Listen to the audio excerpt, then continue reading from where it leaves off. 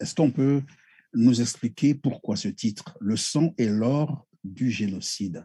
Il y a quel lien d'abord entre le sang et l'or? Lorsque vous parlez de l'or, c'est le sang, donc c'est l'or du sang, on pouvait dire. Et, et, Est-ce que vous pouvez nous donner un peu plus voilà. d'explications sur le titre? C'est-à-dire que le sang, c'est ce qui a coulé. Et il y a beaucoup de témoignages, surtout maintenant avec le recul, les témoignages sortent. Beaucoup de témoignages sont enregistrés, mais il faudrait les sous-titrer, les traduire, ainsi de suite. Donc, beaucoup de témoignages sortent. Donc, il y a eu du sang de versé. Il y a eu comment on appelle Le ça témoignage, les témoignages qui disent quoi? Il y a eu massacre, il y a eu expédition il y a eu militaire, il y a massacre, eu il y a eu viol, exécution. il y a eu Oui. viol, il y a eu, ça c'est les éléments caractéristiques quand même du génocide. On a coupé les arbres, vous voyez, hein, c'est-à-dire que si vous connaissez ce qu'on appelle le cool, hein, On a donc détrôné les arbres, on a brûlé les villages, c'est ça?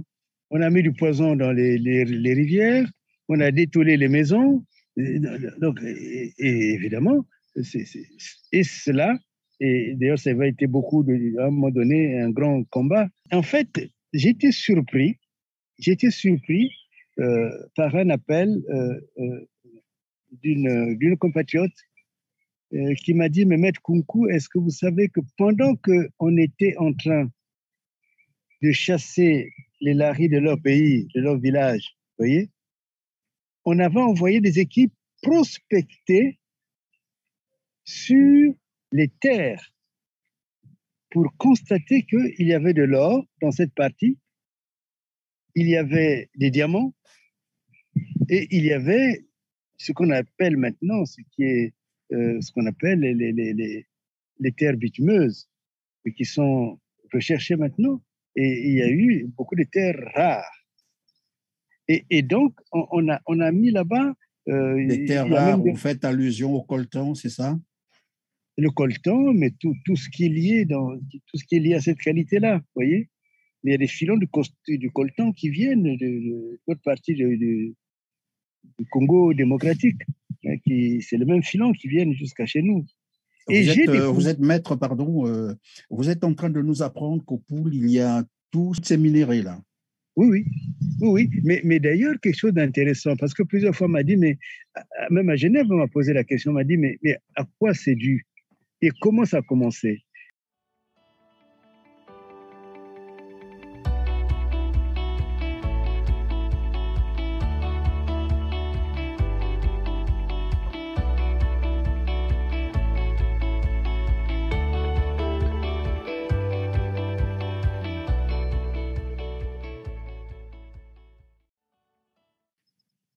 Bonjour, bonsoir, fidèles téléspectateurs. Bienvenue dans ce tout autre numéro de Droit de savoir qui portera sur l'ouvrage de Maître Dominique Nkunku intitulé Le sang et l'or du génocide. Nous parlerons également de l'accord cadre entre le Congo-Brazzaville et le Rwanda, non sans évoquer la loi Moébara. Voilà qui va caractériser, bien entendu, notre entretien aujourd'hui avec notre invité que j'ai déjà nommé Maître Dominique Nkunku. Bonjour, Maître, et bienvenue sur notre plateau.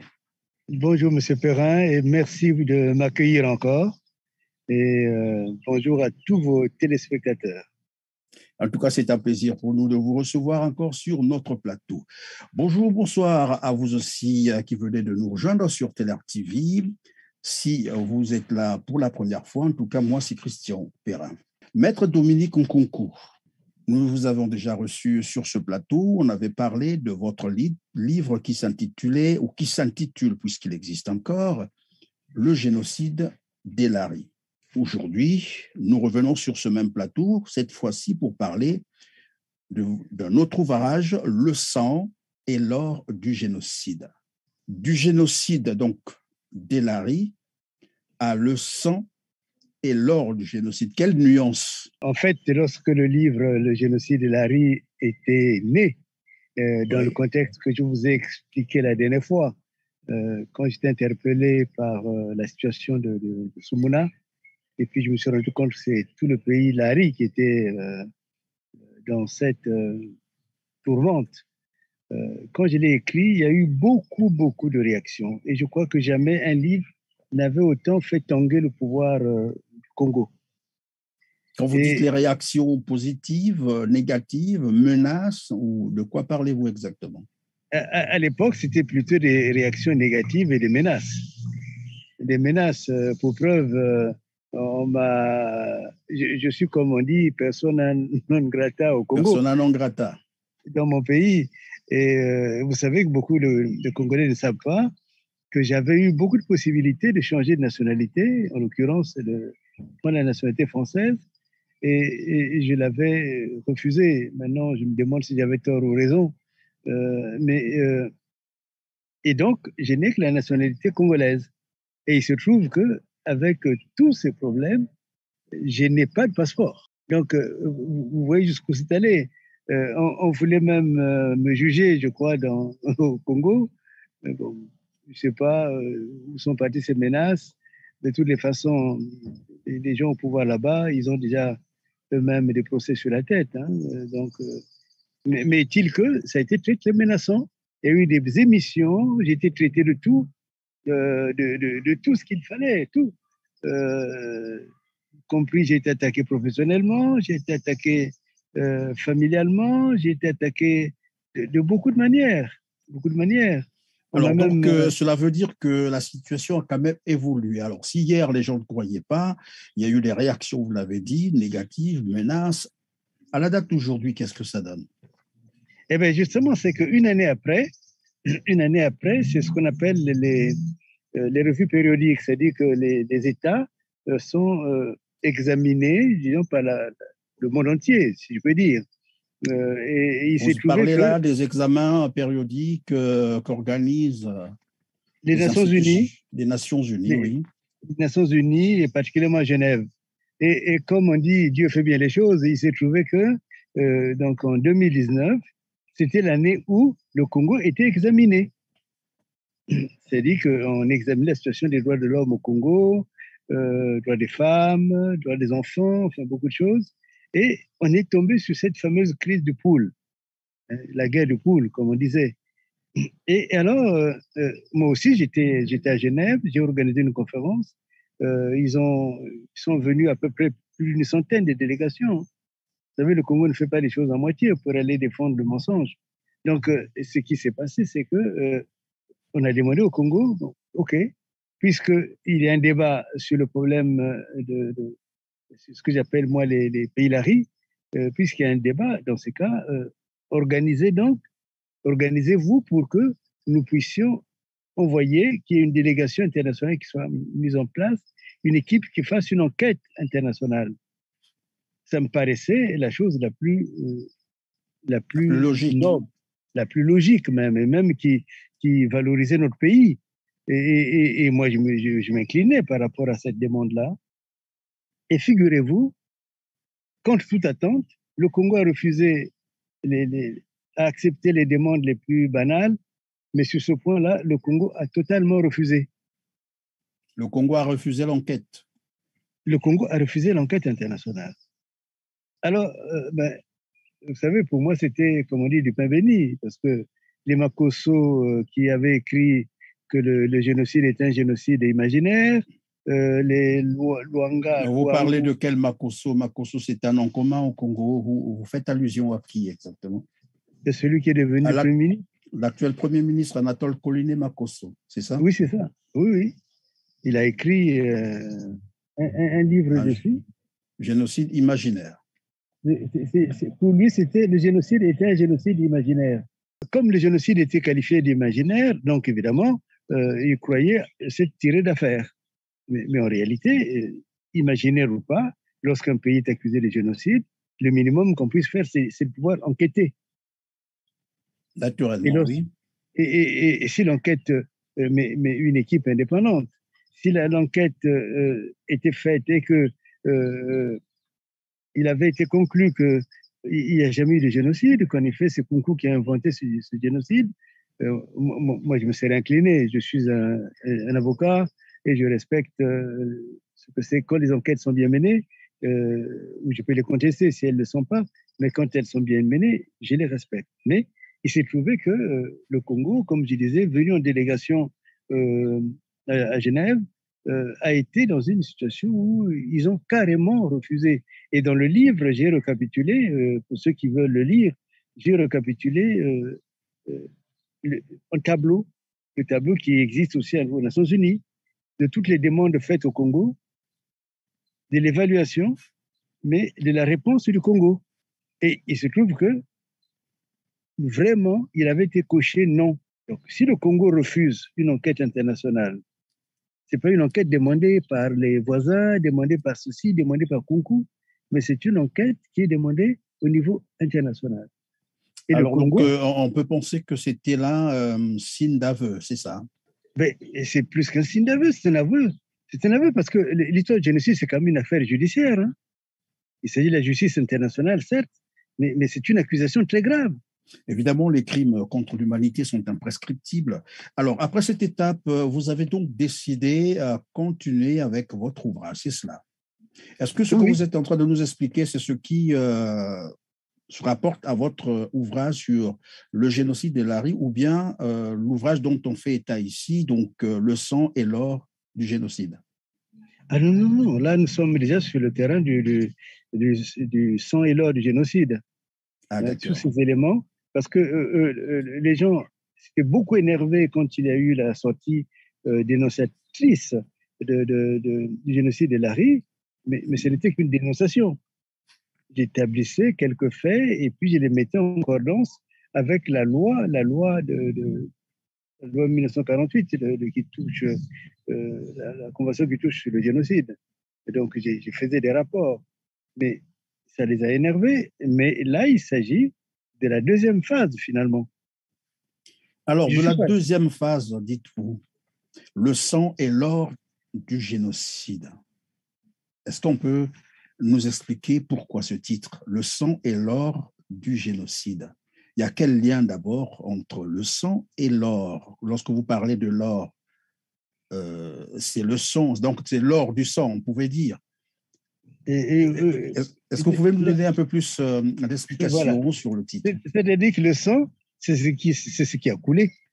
Et il y a beaucoup de témoignages, surtout maintenant avec le recul, les témoignages sortent. Beaucoup de témoignages sont enrayés, mais il faudrait les sous-titrer, les traduire, ainsi de suite. Donc, beaucoup de témoignages sortent. Donc, il y a eu du sang de versé. Il y a eu comment on appelle ça? Les témoignages qui disent quoi? Il y a eu massacre, il y a eu expédition militaire, il y a eu massacre, il y a eu exécution. Il y a eu viol, il y a eu, ça c'est les éléments caractéristiques quand même du génocide. On a coupé les arbres, vous voyez, hein, ça dit que si vous connaissiez ce qu'on appelle le cool. On a donc détrôné les arbres, on a brûlé les villages, c'est ça? On a mis du poison dans les rivières, on a détolé les maisons. Donc, et évidemment, et cela, et d'ailleurs, ça avait été à un moment donné, un grand combat. J'avais noté que ça ne se passait qu'au milieu Lari. Et ce qui fait que j'ai eu le tollé du gouvernement, j'ai eu le tollé du pouvoir, pardon, des compatriotes aussi. Hein. Pour les gens, j'étais celui qui divisait la nation. Mais j'ai dit non, c'est pas moi qui divise la nation, c'est eux qui la divisent et qui veulent la détruire. Donc, dans tous les cas, un crime reste un crime, hein, quel que soit l'auteur et quel que soit le contexte, c'est un crime. On ne peut pas donc mêler, disons, ethnie, et puis bon, voilà, c'est un crime, c'est un crime. Prenons ça comme ça. Alors, donc, vous étiez en train de nous expliquer le titre de votre ouvrage, Le sang et l'or du génocide. Alors, vous nous avez parlé du sang, il y a eu carnage, massacre, il y a des villages qui ont été, disons, saccagés, brûlés, selon les termes qu'on utilise. Alors, l'or, ici, c'est quoi déjà? Mais en fait, j'étais surpris par un appel d'une compatriote qui m'a dit, mais Maître Kunku, est-ce que vous savez que pendant qu'on était en train de chasser les laris de leur pays, de leur village, vous voyez, on avait envoyé des équipes prospecter sur les terres pour constater qu'il y avait de l'or dans cette partie, il y avait des diamants et il y avait ce qu'on appelle maintenant, ce qu'on appelle les terres bitumeuses, et qui sont recherchées maintenant. Et il y a eu beaucoup de terres rares. Et donc, on a mis là-bas. Les terres Il y a même rares, vous faites allusion au coltan, c'est ça? le coltan, mais tout ce qui est lié tout ce qui est lié à cette qualité-là, vous voyez. Mais il y a des filons du coltan qui viennent de l'autre partie du Congo démocratique. Hein, c'est le même filon qui viennent jusqu'à chez nous.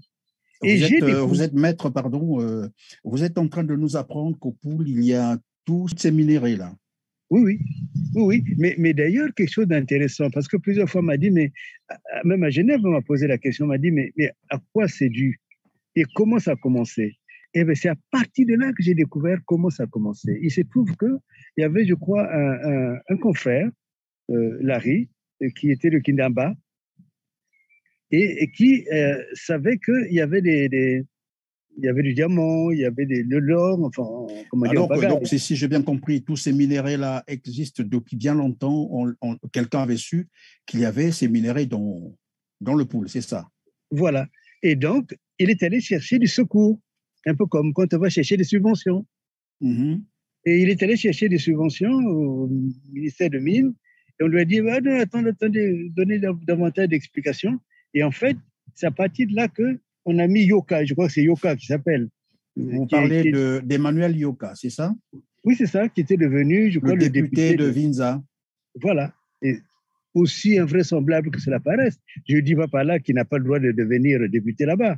Mais dans les circonstances, dans cette réalité-là, on ne comprend pas ou on n'a pas compris, en fait, pourquoi tout d'un coup Yoka a été propulsé pour être député là-bas.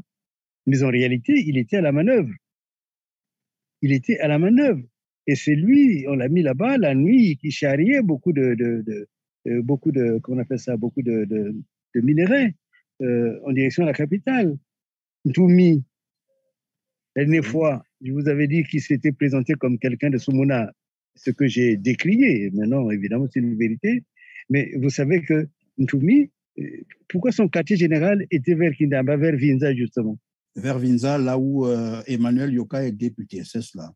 Voilà. Et donc vous voulez nous dire que tout cela n'a été qu'un montage, une façon de vouloir contrôler les minerais qui sont dans cette zone, c'est ça? Exactement. Et en fait, toute cette zone, Lari, c'est une zone qui est très riche. Et d'ailleurs, le Congo est très riche en minerais. Et ce n'est pas pour rien, tout à l'heure, certainement parlera du fameux accord cadre. Ce n'est pas pour rien que quelqu'un comme le Rwanda a flairé pour venir au Congo. Le Congo est très riche en minerais. Alors, donc, on va y arriver. Mais maître, revenons un peu sur, évidemment, le titre de votre ouvrage, Le sang et l'or du génocide, comme on l'a dit. Vous étiez en train d'expliquer ce que voulait dire l'or dans ce titre. Vous parlez des minerais qui sont dans le Poul et qu'il y a eu même des équipes d'exploration des minerais. Donc, on voulait, si j'ai bien compris, ce qui s'est fait au Poul a été une forme de déportation forcée, c'est cela?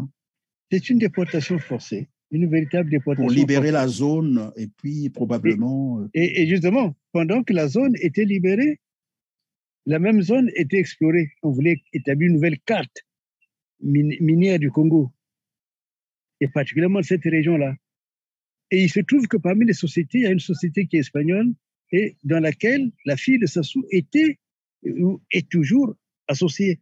Vous savez, je ne sais pas comment elle s'appelle, cette Parlez de Claudia? Claudia, voilà.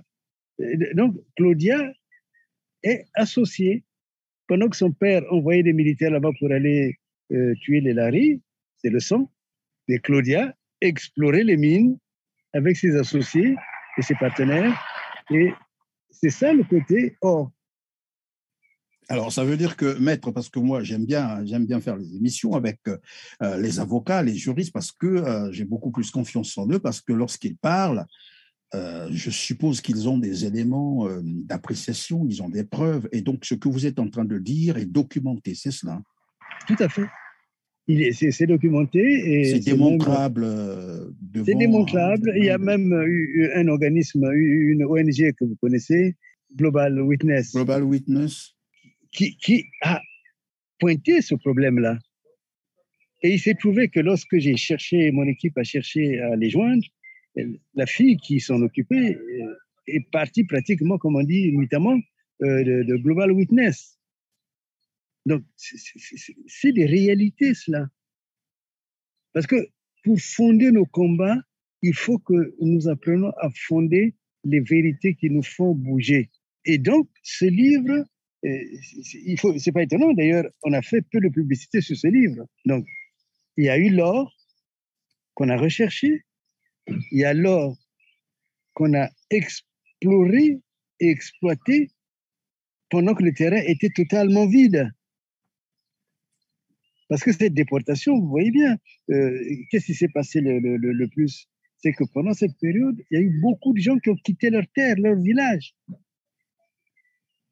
Il y a même des vieillards, il y a des images qu'on a où les vieillards, à la limite, il faut vraiment les tenir pour qu'ils puissent avancer. Mais pendant que est-ce que vous avez des gens sur place qui sont allés vérifier la zone, si elle est toujours occupée ou non? Il y a quoi maintenant là-bas? Qu'est-ce qu'on a installé sur... Mais ce qui est étonnant, vous savez, dans cette zone, on a mis des tentes blanches, hein, c'est pas, des bâches, des bâches. Des bâches blancs.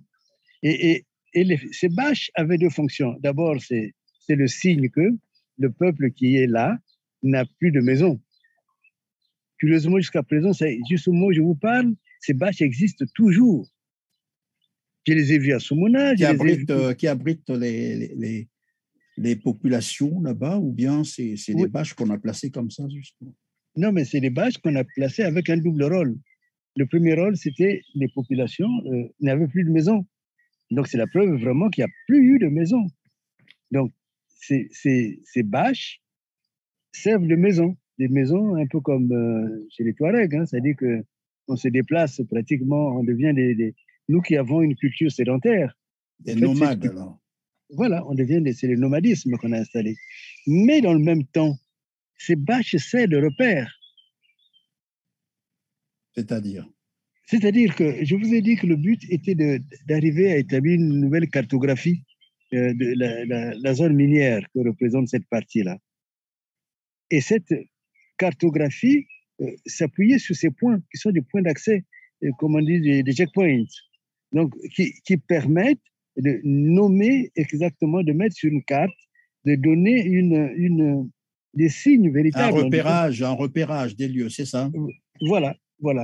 Et je crois que moi, bon, là c'est en termes de civilisation, je dirais que même ces bâches auraient pu servir dans le bombardement véritable de cette population.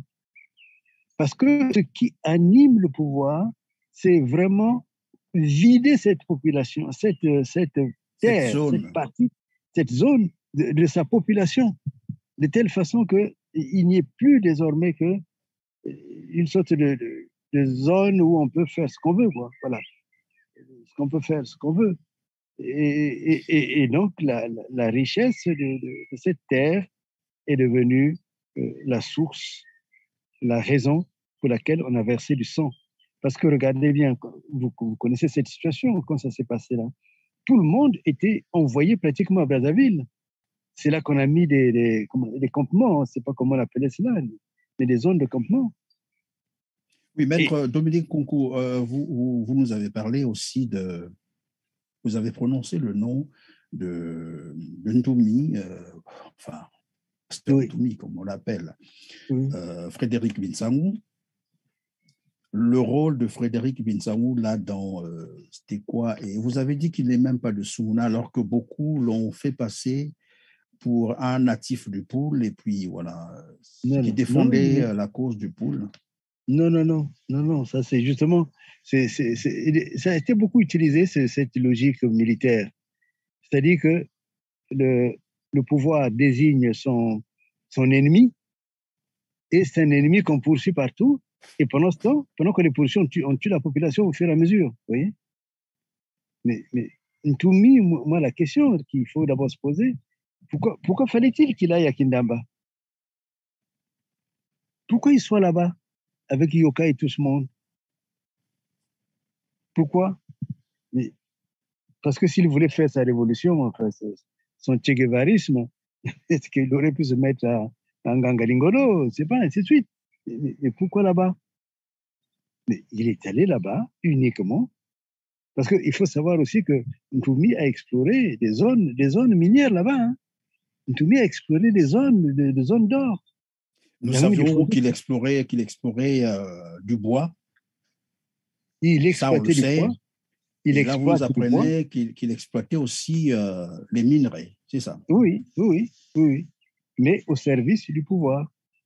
Et Yoka, c'était la partie politique qui supervisait l'ensemble. Donc, il garantissait finalement la sécurité pour les exploitants, mais aussi pour les gens comme Ntoumi. Donc, vous êtes en train de nous dire, maître, que Ntoumi, en fait, c'est quelqu'un qui travaille avec Denis Sassou Nguesso, c'est ça. C'est un homme du système, c'est ça? C'est un criminel du système. Un criminel du système. Ntoumi, c'est la main armée pour que les gens soient tués.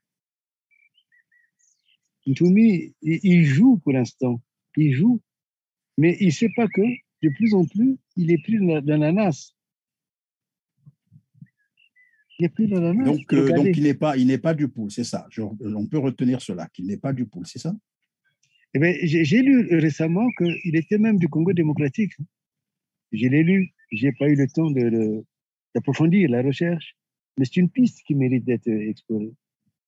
Le Congo est traversé par beaucoup d'influences qui font que, y compris les influences humaines, en termes de migration des populations. Et si les migrations ailleurs sont source d'enrichissement, et pour le cas du Congo, c'est vraiment, j'ai envie de dire, l'immigration qui s'est produite là a engendré une situation catastrophique pour les Congolais. L'exemple de Ntoumi. Maître Nkoukou, donc cela veut dire que votre ouvrage, Le sang et l'or du génocide, est un ouvrage qui porte sur des faits réels, vérifiables, c'est ça? Oui. Justement, ce livre est un livre qui vient corroborer les éléments qui ont été analysés en termes d'analyse dans le génocide de Lari. Mais celui-là, c'est les faits. Quand j'ai dit que le Congo a refusé qu'il y ait une enquête qui soit menée, une enquête internationale qui soit menée sur son sol, c'est un fait. Aujourd'hui même, vous pouvez chercher ce qu'on appelle les évaluations du Congo de 2019. Les années 2000, voilà, oui. Vous verrez cet élément-là. C'est pas moi qui l'invente, c'est eux-mêmes qui l'ont signé. Donc, ils ont refusé. Si ça a été un fait, l'autre fait, c'est l'histoire de la zone minière que représente Kindamba, Kindamba Ngwedi, Binza, tout ce monde-là. Quand j'ai dit que Yoka, on l'a parachuté là-bas, c'est parce qu'il était pratiquement le garant politique de l'exploitation minière. C'est une vérité. Quand j'ai dit que Ntoumi, j'ai d'ailleurs ma belle famille qui est là-bas, hein, et qui exploitait, qui élevait des bœufs, tout cela. Mais tout ça, c'est les Ntoumi et son groupe qui ont tout détruit. Hein. Évidemment, chose curieuse, c'est que depuis qu'ils ont signé les accords de paix, c'est comme ça qu'ils appellent ça, entre le gouvernement congolais et la milice Ntoumi, plus rien n'a avancé, on est resté dans le statu quo. Donc ce monsieur sorti du maquis circule librement, il n'est jamais interpellé, ni par la justice, ni par la police, ni par personne. Donc en réalité, il est libre, c'est ça. Il est totalement libre. Et non seulement il est libre, il s'est enrichi. Avec ces fameuses planches, hein, il s'est enrichi. Il s'est enrichi avec l'exploration minière. Évidemment, ce monsieur qu'on a qualifié de terroriste, j'ai même entendu dire, Thierry Mongala, qu'on ne négocie pas avec les terroristes, c'est un terroriste. Mais aujourd'hui, plus personne n'en parle. De toutes les façons, j'ai envie de dire pauvre Mongala, on lui fait dire tout ce qu'on veut. J'espère qu'un jour il sera un véritable homme politique, hein, c'est-à-dire qu'avec une analyse propre. Mais dans l'état actuel, c'est un feignant qu'on utilise On lui fait dire ce qu'on veut. Mais qu'est-ce qu'il a dit quand maintenant ils ont négocié? Puisqu'on ne négocie pas avec un terroriste. Alors, Maître Dominique Koukou, est-ce qu'on peut penser que ces événements, tels que vous venez de les expliquer d'ailleurs, parce que vous parlez du sang, vous avez expliqué tout à l'heure, le sang qui a coulé, les populations qui ont été massacrées, les villages rasés, vous avez même parlé des arbres qu'on a coupés, des arbres fruitiers, j'imagine. Vous dites l'or, c'est parce qu'évidemment, il existerait, bon, jusque-là, je place encore ça en parenthèse, il y a l'or, donc les mines, les minerais qui existeraient dans le pool. Vous avez parlé de l'or, ben voilà, des terres rares et bien d'autres. Est-ce qu'on peut penser qu'il y a finalement un lien avec l'accord cadre que venait de signer le Congo-Brazzaville avec le Rwanda, notamment dans la concession de 12 000 hectares des terres arables du Congo au Rwanda. Et les zones qui ont été, je crois, circonscrites, parmi ces zones, naturellement, doit se retrouver aussi cette partie, cette zone. Mais vous voyez, même quand vous dites, vous parlez de ces accords, vous parlez des terres arabes, oui. Arabes. Mais en réalité, l'accord ne porte pas sur les terres arabes. L'accord porte sur les terres minières. Et oui, les éléments, vous lirez vous-même, vous relisez, vous proposez une lecture, vous voyez. Et quand il faut savoir que les Congolais doivent savoir que les partis qui ont signé cet accord sont des partis valables, sauf si l'on mettait en cause l'existence de ce gouvernement. Donc ça signifie que cet accord existe, l'accord cadre existe et lie le Congo. Donc il n'y a plus à le penser comme une sorte de futur, mais c'est une réalité actuelle. La seule chose qu'on ne voit pas, c'est que normalement, c'est un accord de partenariat réciproque. Mais on ne dit pas quelle est la réciprocité que gagne le Congo au Rwanda. Ce n'est pas dit quelque part. Il faudrait savoir aussi que cet accord... Et quelle aurait été la réciprocité? Ce que le Congo aurait gagné au Rwanda, dans le cas d'espèce? Avant de signer un accord, c'est ce qu'on devrait nous présenter. C'est ce qu'on appelle le préambule, vous voyez. Compte tenu de cela, de ceci, de la relation qui existe entre le Congo et ceci. Oui, est-ce que c'est la réciprocité dont vous parlez, n'est-ce pas, les 100 milliards proposés par le Rwanda pour, bien sûr, l'acquisition des zones spéciales, des zones économiques spéciales? Oui, mais là, ça devient grave. Ce n'est plus un accord cadre. 100 milliards, c'est un achat. Quand tu sors ton avance, tu peux acheter quelque chose. Donc, on a vendu une partie du Congo. Ce n'est pas un accord cadre dans ce cas-là. Un accord cadre, c'est des oui, mais parce qu'on a dit le Rwanda va investir et l'investissement qu'on nous a présenté, ce sont les 100 milliards. Alors, vous étiez en train d'expliquer qu'il n'y a pas réciprocité dans cet accord. Tout à fait, il n'y a pas réciprocité. Deuxièmement, attention, les gens ont parlé, c'est un accord dont la durée est illimitée. Illimitée, oui. La durée, elle est illimitée. Parce qu'avant, on me disait c'était 15 ans, je ne sais pas combien, mais c'est une durée illimitée. Comment interprétez-vous cela? Comment interprétez-vous cela, maître? C'est une vente du Congo. C'est une cession d'une part du Congo. Parce que surtout que c'est signé dans un cadre comme celui-là, les Rwandais revendiqueraient cette partie du Congo. Pour quel intérêt le Congo vendrait-il une partie de son territoire? En fait, l'intérêt, ce n'est pas le Congo, l'intérêt, c'est le Rwanda. Il faut savoir que c'est la guerre minière que le Rwanda a menée contre le Congo démocratique. Actuellement, le Rwanda est capitalisé comme étant parmi les premiers producteurs de coltan. Mais ils n'ont pas un gramme de coltan chez eux. C'est pareil pour l'or. C'est pareil pour toute cette partie de l'Est. J'ai des amis qui sont là-bas. des amis universitaires, mais qui me parlent avec tristesse de leur région.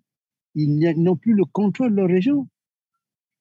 Et même le Congo lui-même démocratique, quand on a mis Kabila à la tête, Kabila, tout le monde le sait, c'est un Rwandais. Donc, je crois que le Congo, c'est un peu comme... c'est un pays qui n'est pas gouverné. Ou tout au moins, dans la gouvernance, manque d'intelligence.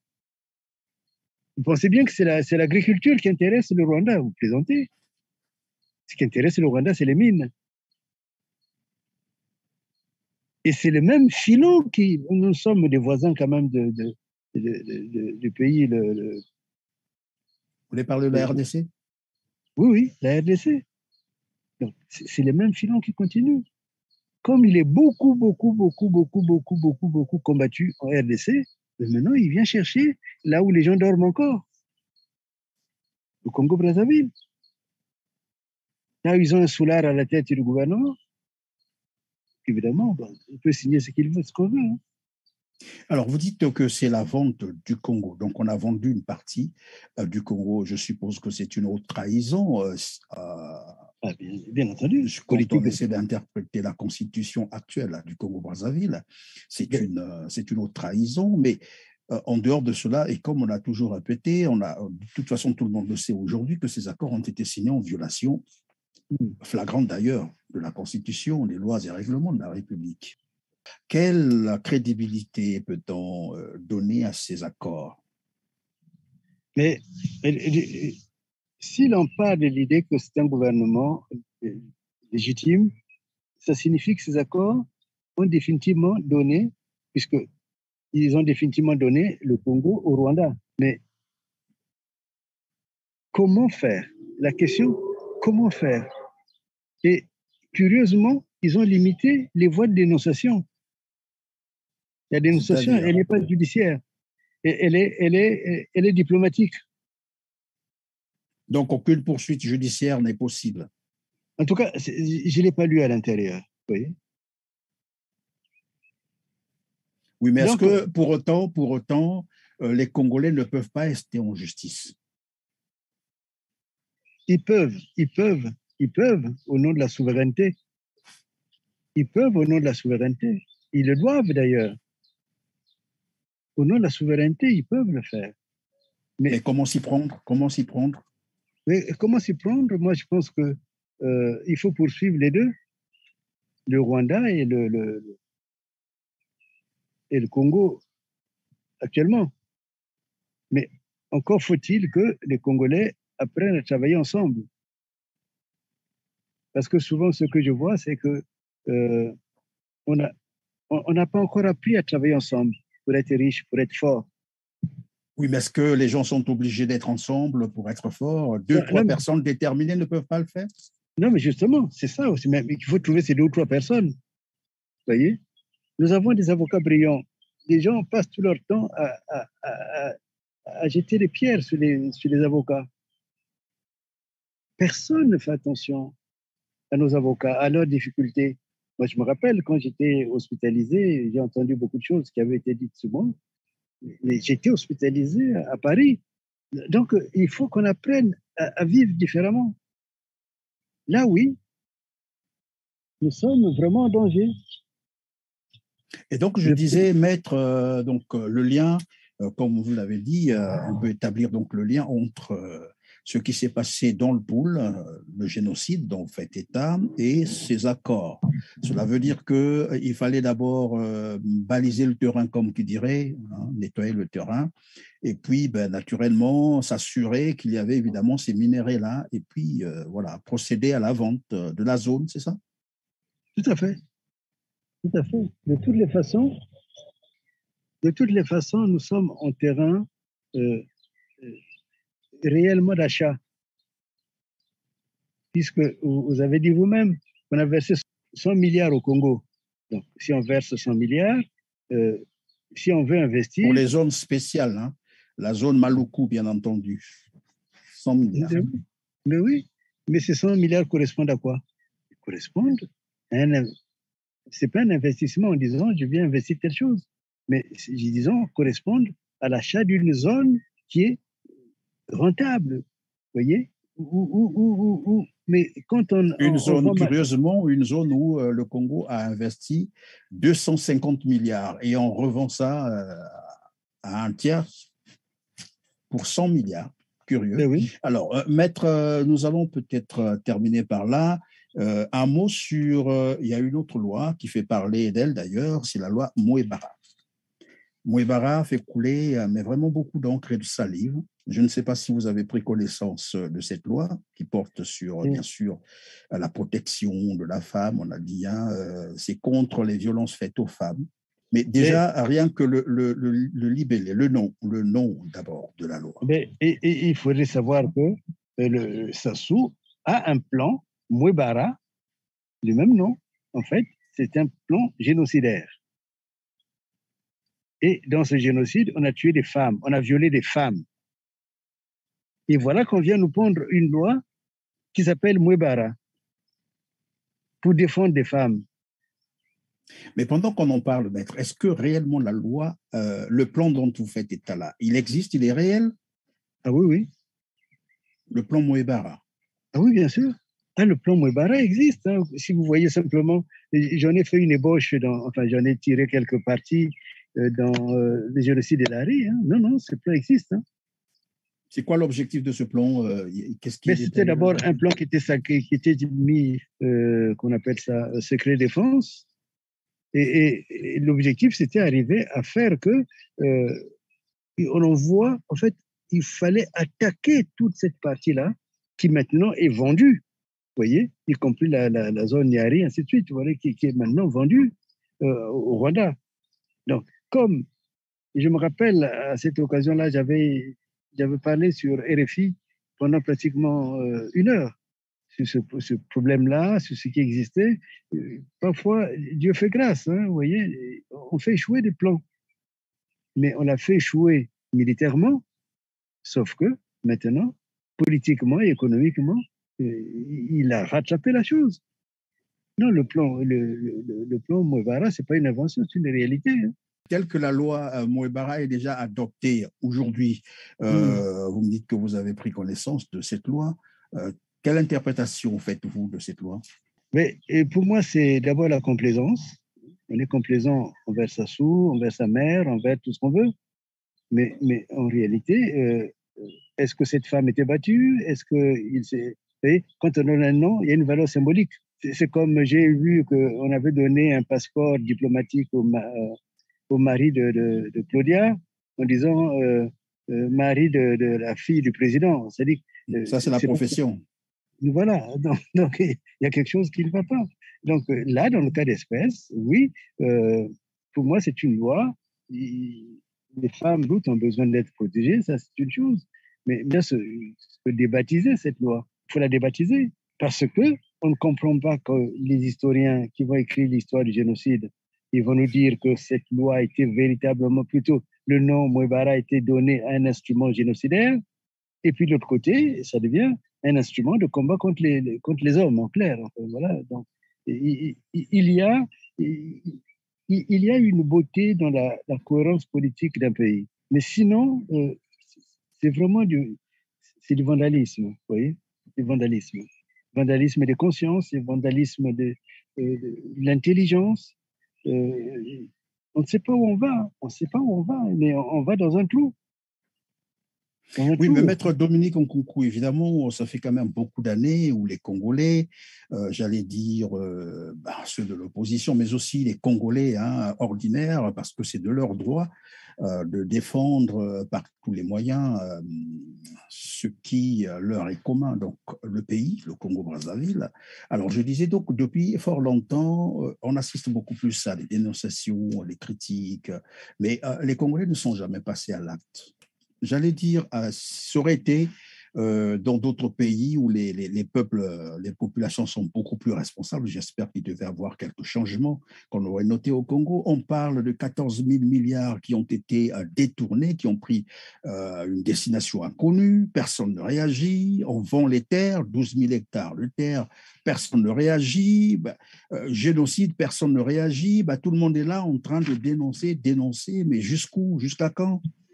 Vous qui êtes déjà dans le domaine, Qu'est-ce qui vous empêche Oui. réellement de vous constituer, c'est-à-dire de vous rassembler avec les autres, par exemple, d'autres juristes congolais, pour commencer tout de même à attaquer en justice tout cela, tous ces responsables des dérives que nous sommes en train de vivre. De citer, de vivre. Oui, vous avez raison parce que les Congolais n'ont pas pris la bataille, n'ont pas pris le combat. On apprenait tout d'un coup, il y a un coup d'État, on apprenait ainsi de suite, mais ça dit que le vrai combat, on ne l'a pas pris. Il faut que les Congolais apprennent le combat. Comme je suis très engagé, j'ai demandé à une très grande avocate que les Congolais ne connaissent pas, qui vient de sortir un livre sur sur les différentes définitions du génocide. Et je lui ai demandé de se constituer autour d'elle une équipe, mais pas seulement des avocats et juristes congolais, pour suivre sérieusement et en profondeur maintenant puisque il y a des remontées, comme je disais, des témoignages, donc des choses qui peuvent réellement servir de base. Vous voyez? Donc, je lui ai demandé cela, on en a parlé la semaine passée. Comme elle est assez dynamique, je pense que d'ici la fin de l'année, ça c'est sûr que ça va se passer. Je ne donne pas son nom pour qu'on ne puisse pas la persécuter. Vous voyez, je connais comment ça se passe au niveau du Congo. Mais cela étant, moi, c'est pourquoi politiquement, j'ai lancé le concept notre nation. Vous voyez, il y a maintenant, comme vous dites, on prend la terre, on prend ceci, on prend cela, personne ne bouge. Je voudrais appeler des personnalités comme Nitou, comme beaucoup d'autres, en fait, au lieu que les gens fonctionnent en sanglettant, je veux les appeler dans des échanges pour trouver des stratégies, y compris des stratégies militaires. Parce que je crois qu'au point où nous sommes arrivés, il faut aller à la radicalité. Le pouvoir en place n'est pas un pouvoir raisonnable. Donc, comme il n'est pas raisonnable, il faut lui donner l'arme qui lui convient. Mais c'est une décision. Moi, je la prends et j'en appelle d'autres personnes, en fait, pour que nous puissions travailler de manière sereine. Il faut qu'on se groupe, qu'on puisse mettre en place une stratégie de combat. Une stratégie de combat. Et cette stratégie de combat, les autres peuples l'ont fait. D'ailleurs, on disait au Congo, il n'y a que la lutte qui libère. Hein. C'est bien cela. Hein. C'est cela. Mais alors, elle est partie où cette lutte? Il ne suffit pas de les apprendre aux pionniers, mais il faut vraiment concrètement maintenant lutter. Il faut lutter contre ce pouvoir. Moi, c'est pour ça que, si vous avez remarqué, j'ai toujours tenu à le qualifier. Quand j'ai dit que c'est des mercenaires, et maintenant, en fait, les gens voient ce que c'est qu'un mercenaire. Ils vendent, ce n'est pas leur problème. Quand j'ai dit que c'est des génocidaires, mais pour eux, ce n'est pas leur pays. Et le jour où on va comprendre ça, on va les mettre dehors, sans problème. Mais quand on voit tout le satanisme qui est développé là-bas, le petit, je ne sais pas comment c'est là, le petit potard, là. En tout cas, merci, Maître Dominique Kourou, d'avoir encore été avec nous, de nous avoir consacré votre temps hein, si précieux. À vous aussi, mesdames et messieurs, j'ai été très heureux de vous compter encore parmi nous sur TELAR TV.